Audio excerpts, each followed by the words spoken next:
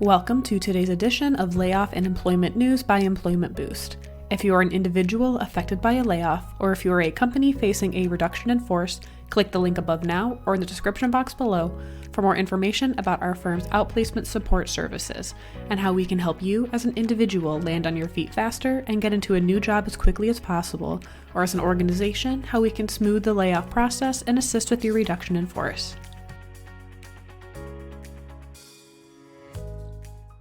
Welcome to today's edition of Layoff and Employment News by Employment Boost. Today's date is Wednesday, January 17th, 2024.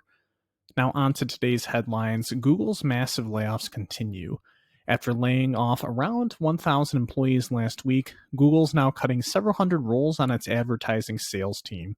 To be more specific, Google's restructuring advertising sales, trimming down its large customer sales group that targets major businesses to focus on Google Customer Solutions, which focuses on smaller clients. The impacted personnel at Google are being told they're welcome to apply to other roles at Google, whether in the GCS team or elsewhere.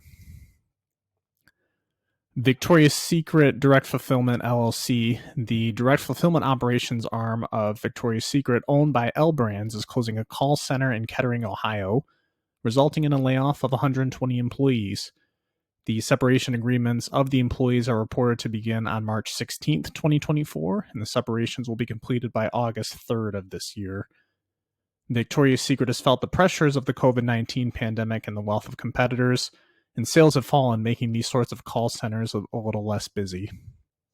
Finally, Lonza Biologics, a unit of the Switzerland-based pharmaceutical company, is shuttering its clinical manufacturing facility in Hayward, California, resulting in a layoff of 218 employees.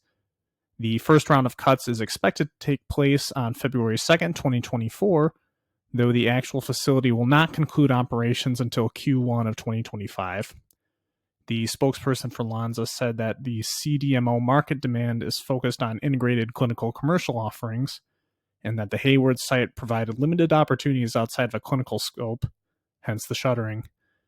Lonza has said it will support impacted employees, but has not specified the support further.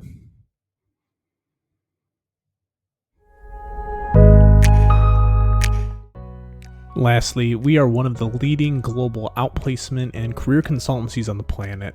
If you are interested in resume assistance, career planning, or coaching assistance for yourself or your staff, please don't hesitate to reach out to me today.